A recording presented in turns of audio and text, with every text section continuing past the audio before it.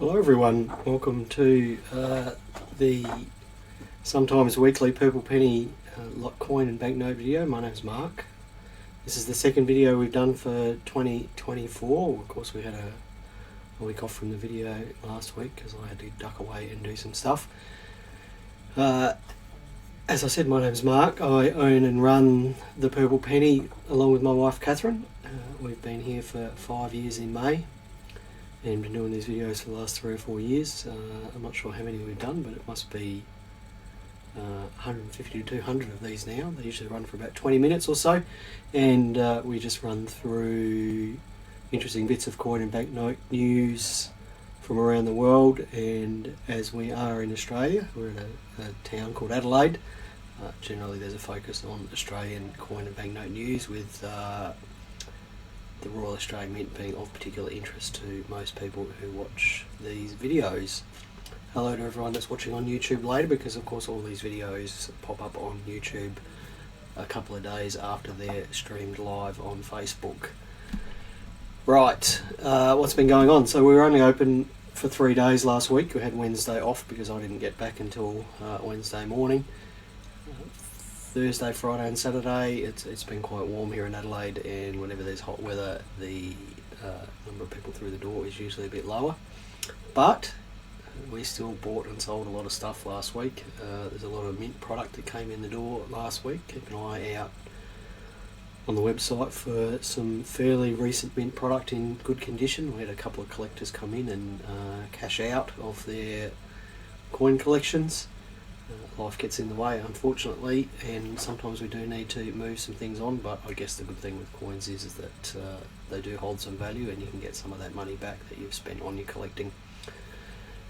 Let's say a few hellos here. Hello Pal, Peter, Gwen, Sandra, Gloria, Damien, Daryl, Charles, John and Justin. We'll just say a quick thank you to Gloria, who's watching, for reporting some spam comments on our Facebook page.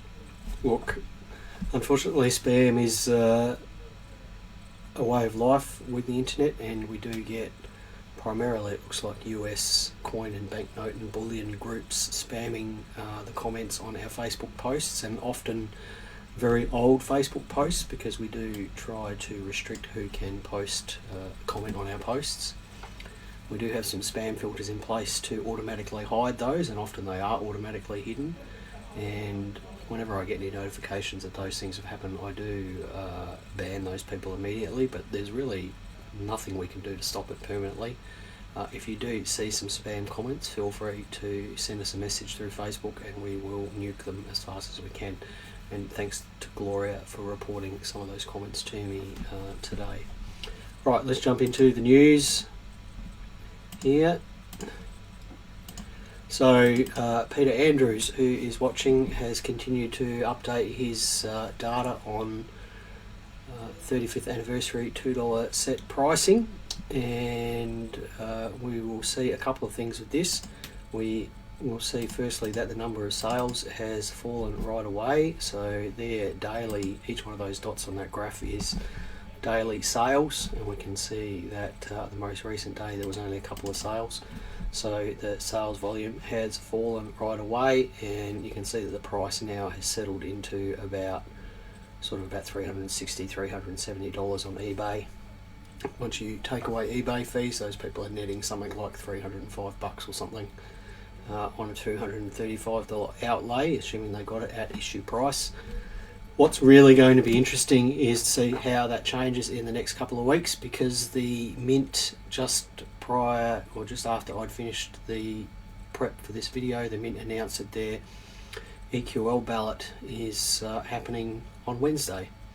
So I spoke about the EQL system 3 or 4 weeks ago, about how that works. It's a third-party system that specialises in product launches, and basically they hold a random draw once you've registered, and choose a number of people to be able to buy a product at release price. So the Mint is in the process of emailing people at the moment. You'll need to go and sign up to EQL. You'll be put into the draw on Wednesday, and people who are able to purchase a $2 set at issue price from the Mint will be notified on Thursday. So I do wish the Mint good luck with that. I hope it goes smoothly.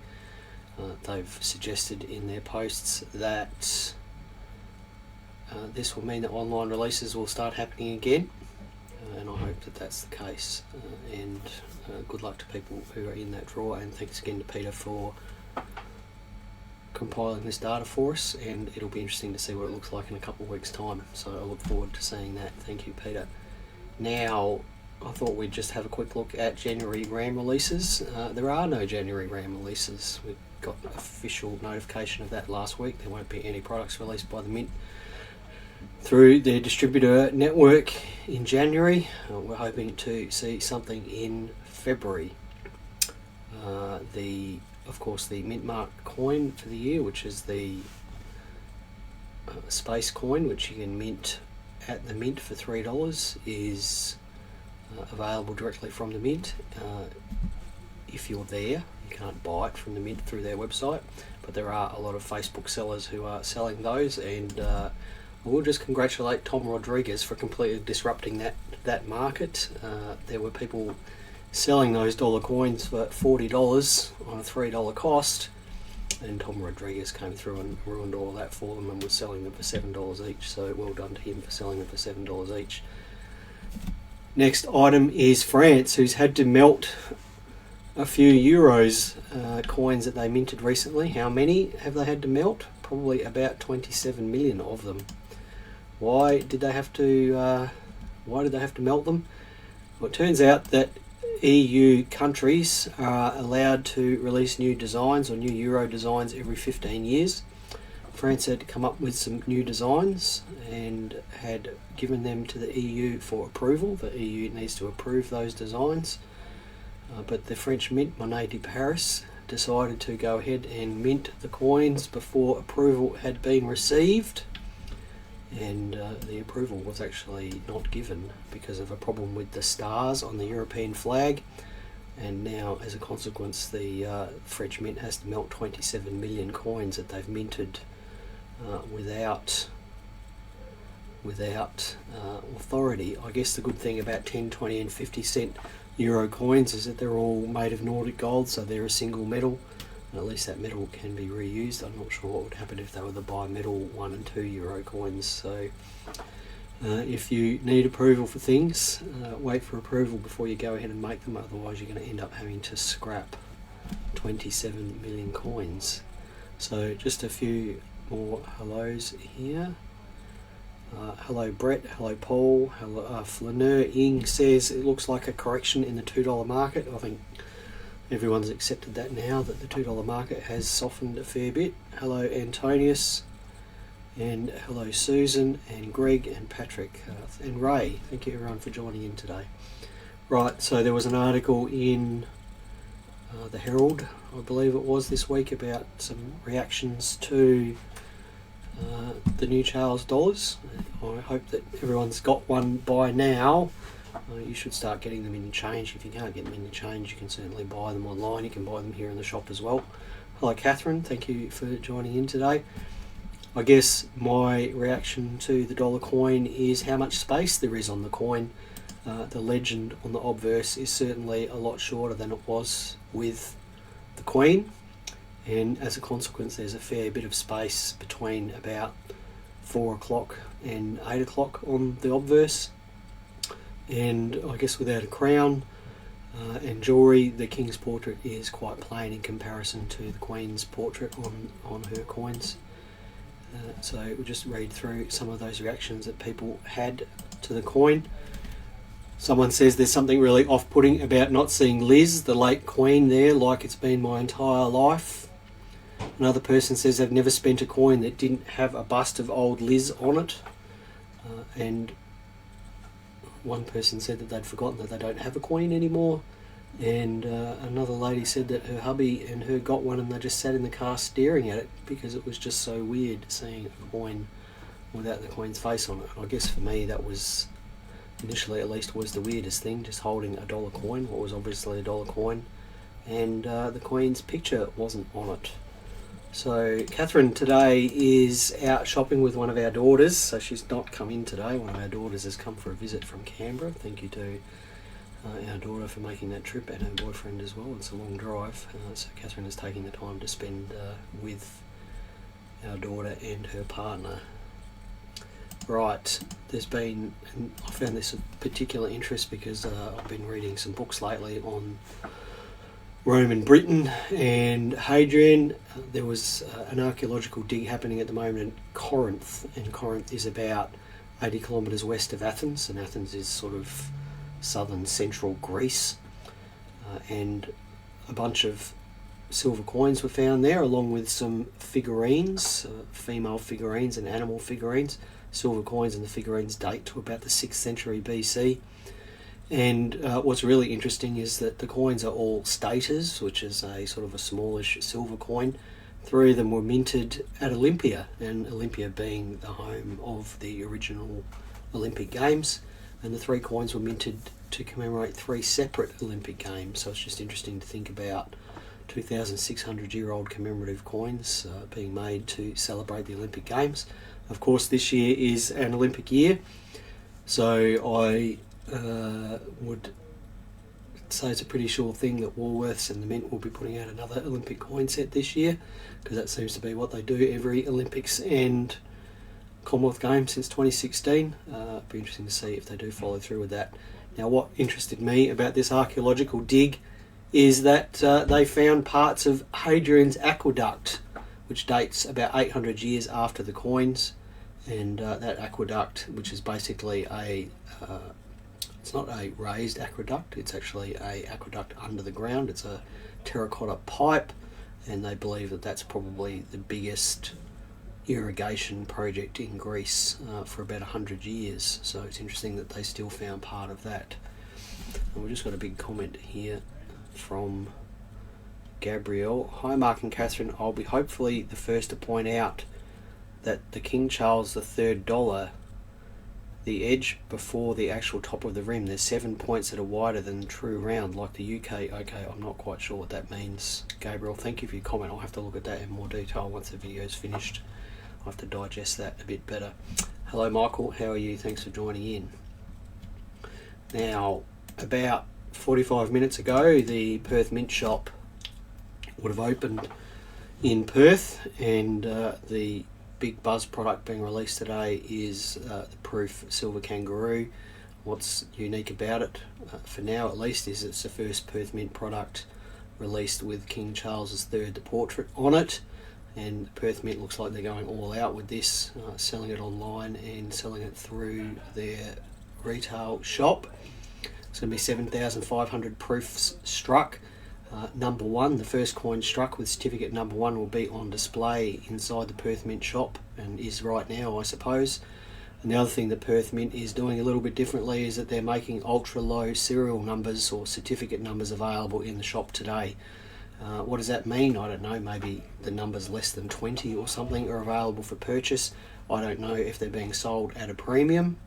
The details weren't very clear. If anyone went to that launch this morning, it would be good to hear from them, and we can talk about it next week. Cost is $130, 7,500 being released, and what I thought was interesting is that the mint mark on Perth Mint coins is changing this year to a P125, because it is of course the 125th anniversary of the Perth Mint, which opened in 1899. I assume that there will be a bullion version of this coin available, and they should be available throughout the year as they usually are. Good luck to those of you who lined up in Perth or tried to get one of these coins online today. Hello Bevan, how are you? Thanks for joining in. And Jason, again, thank you for joining in. And Ted says, is this another chuck buck? Well, I guess it is. Right, now, topic of the day is some legislation that the government brought into force last week. It came into force last Monday. It's a bit of legislation that's been being developed federally for the last sort of 7 or 8 months, and it is largely in response to the display of Nazi symbols and the use of Nazi gestures in, I guess, club rooms, protests, demonstrations and that sort of thing. And it has affected us as a coin dealer, and it will affect you as a coin collector, because at the moment it is actually illegal to display or trade coins with Nazi symbols on them. And I will just say that this legislation isn't just targeted at Nazi symbols, even though they are singled out. It is actually, it's called hate symbols, the prohibited hate symbols and gestures legislation, and it is at the moment a bit of problematic legislation for us as coin dealers and you as collectors. And there's just a brief summary of it there. So we can no longer have public display or trading in prohibited symbols, and the penalty is 1 year imprisonment. And the prohibited symbols are Nazi swastika, the SS rune, and the representative symbols of prohibited terrorist organisations. Now, if you're wondering what a prohibited terrorist organisation is, they're listed on the National Security website. There's about 30 of them. Things like Al-Qaeda and ISIS and Hamas listed on that website. So it is technically illegal to display symbols from those organisations and from the Nazis in World War II. So how does that affect us here in this shop? Well, Nazi coins, which were minted with Nazi symbols on them, I think from about 1936 to 1945, are not uncommon. They have high mintages, often in the hundreds of millions, and they come and go through, they have come and gone through this shop with regularity. And what does that mean to us? It means that we didn't pick them out of bulk world coins. It was just the silver ones that we picked out, and in the pictures there on the right hand side you can see a 2 mark with the prohibited symbol obscured by the purple circle. So there was a 2 mark and a 5 mark silver coins that we put to one side. There was also zinc coins, which we generally didn't bother putting to one side. There were bronze coins that we generally didn't bother putting to one side, and there were nickel coins that sometimes we kept, sometimes we didn't. So as a consequence, it means that when you came in here and bought bulk lots of coins off of us, because we do sell world coins by the kilo, you could well have received a Nazi coin in those lots of world coins. Similarly, there were Nazi coins listed in our world albums. Generally, if something was worth more than $15 or $20, then it would end up in a world album. You'll probably know, though, that we never listed them on our website. We've never had a Nazi item listed on our website, and it's not necessarily because I have a problem with the coins, because they're just historical artifacts. It's because selling them online is problematic, and often people who do so get abuse for that. So as a consequence, we've never sold them online. So when I came into the shop last Wednesday, I spent an hour and a half going through all of our world coins and all of our albums and pulling out all the Nazi stuff. So it's now no longer available here in the shop. And it's not as simple as that, because Catherine remembered this thing here. This is a product by Downey's. I'll just get rid of the slide here so you can see it. This is a Downey's product. It's a like a folder with information in it about World War II, and inside is sort of coins from World War II and stamps, and it's quite an informative thing. You know, you could learn something about World War II if you don't know something about World War II. But in the inside cover there is a 1939 one Reichspfennig, which has a swastika on it, and there's a replica German wound badge, which is a badge that was given to German soldiers if they were wounded, and there's a big swastika on that. So right now, if we were to leave this item on display here in the shop, we are breaking the law in 2 ways. One is that it is on display, and secondly, you're not allowed to trade in them.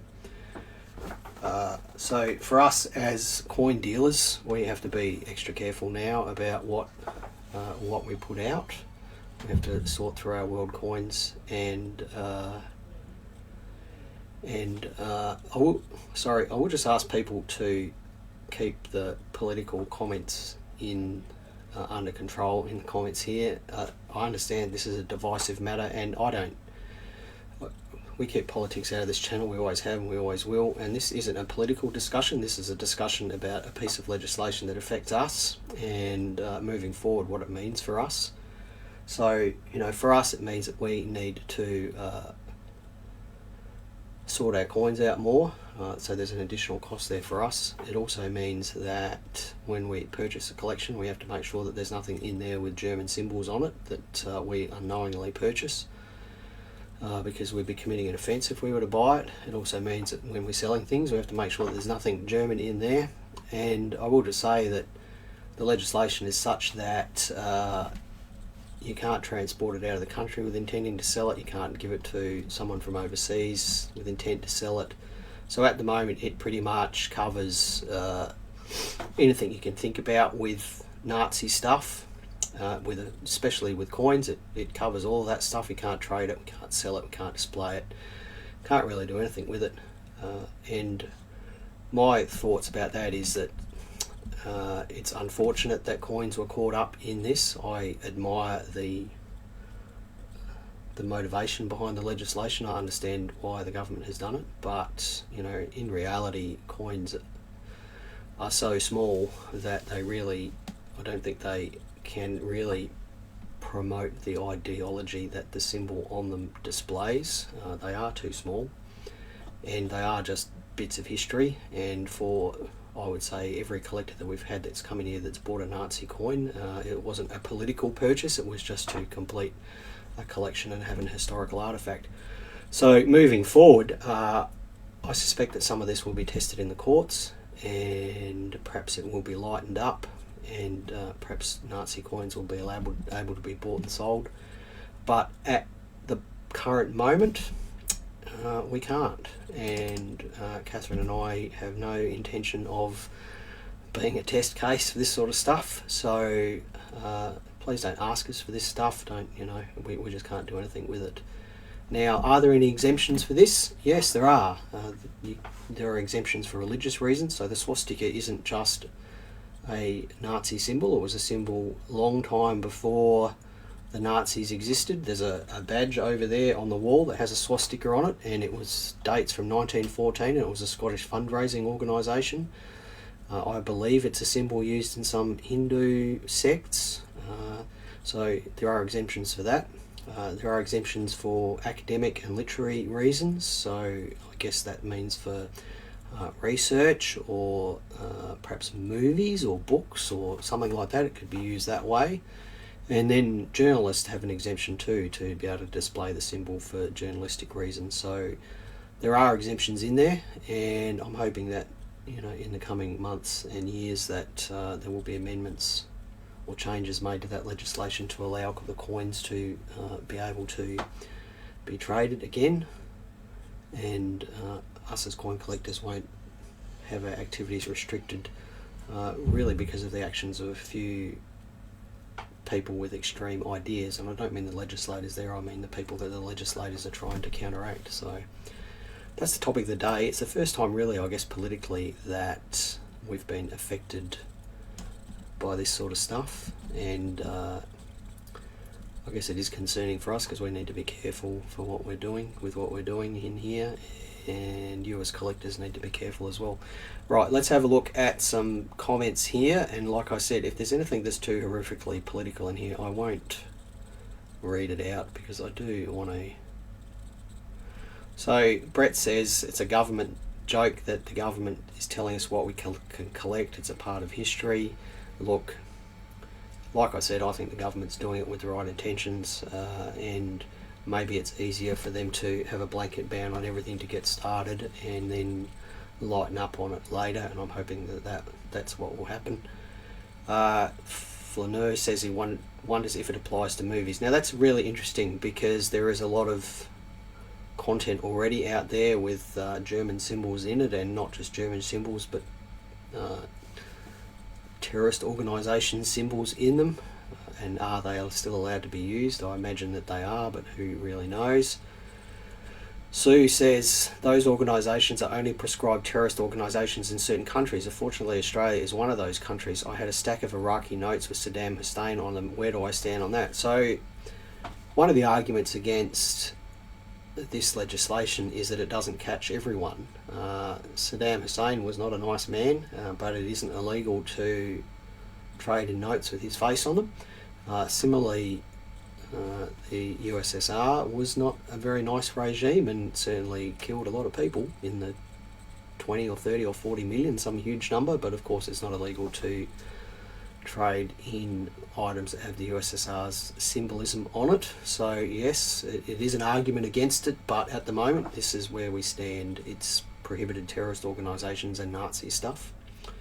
John says he has to go through stamp albums. Yes, that's right.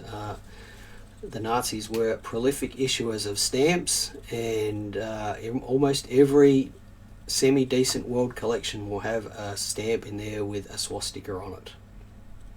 So, you know, if we buy a box full of stamp albums and we miss one Nazi stamp in there, then I guess technically we're committing a crime. Samantha says they're historical coins, and if we don't learn from our past, we're condemned to make the same mistakes, and that's a fairly common argument against this sort of stuff as well. Samantha, thank you for sharing that. Flaneur says, if someone sells me a copy of Saving Private Ryan, will they go to prison? Well, I don't know. A lot of documentaries from the 1970s and 80s, they had swastikas and flags on them, on the covers and things like that. I don't know where it sits with that. Michael says, as a collector, are we still allowed to keep them? I have a few from my grandfather's estate. As far as I know, Michael, you are still allowed to possess them. You're not allowed to display them, and you're not allowed to trade them, but you are still allowed to possess them.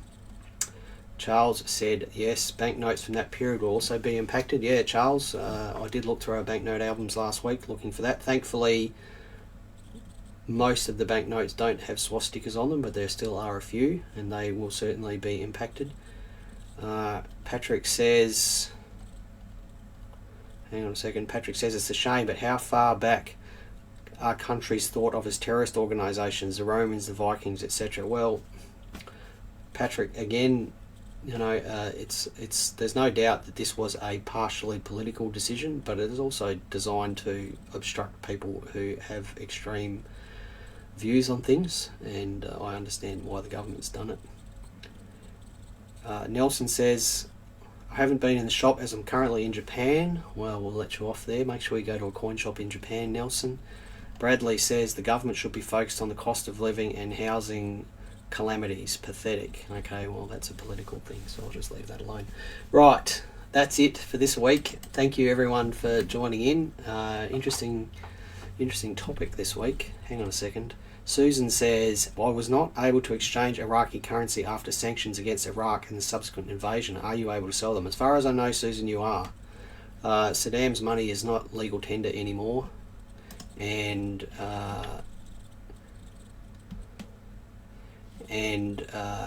can be traded and sold, I believe, and I've certainly not had any problems selling it, and Saddam is long gone, I guess. So thank you, everyone, for taking part. Sorry for the comments there in the video. We'll be back next week. I think next week we're going to talk about why you get coins PCGS graded. It's a topic that we cover every 6 months or so. I had a young gentleman in this week who asked me some very good questions about that, so I thought it was worth having a go at that next week. If you've got any news that you come across during the week, please feel free to forward it to me. Thank you to John and Greg for forwarding links to me this week. I didn't use either of them because they're both old stories that I've covered before, but if you do come across anything online and you'd like me to talk about it, feel free to send me a link via email or in Facebook messages. That would be great. Alright, everyone, happy collecting. Remember, it's supposed to be fun.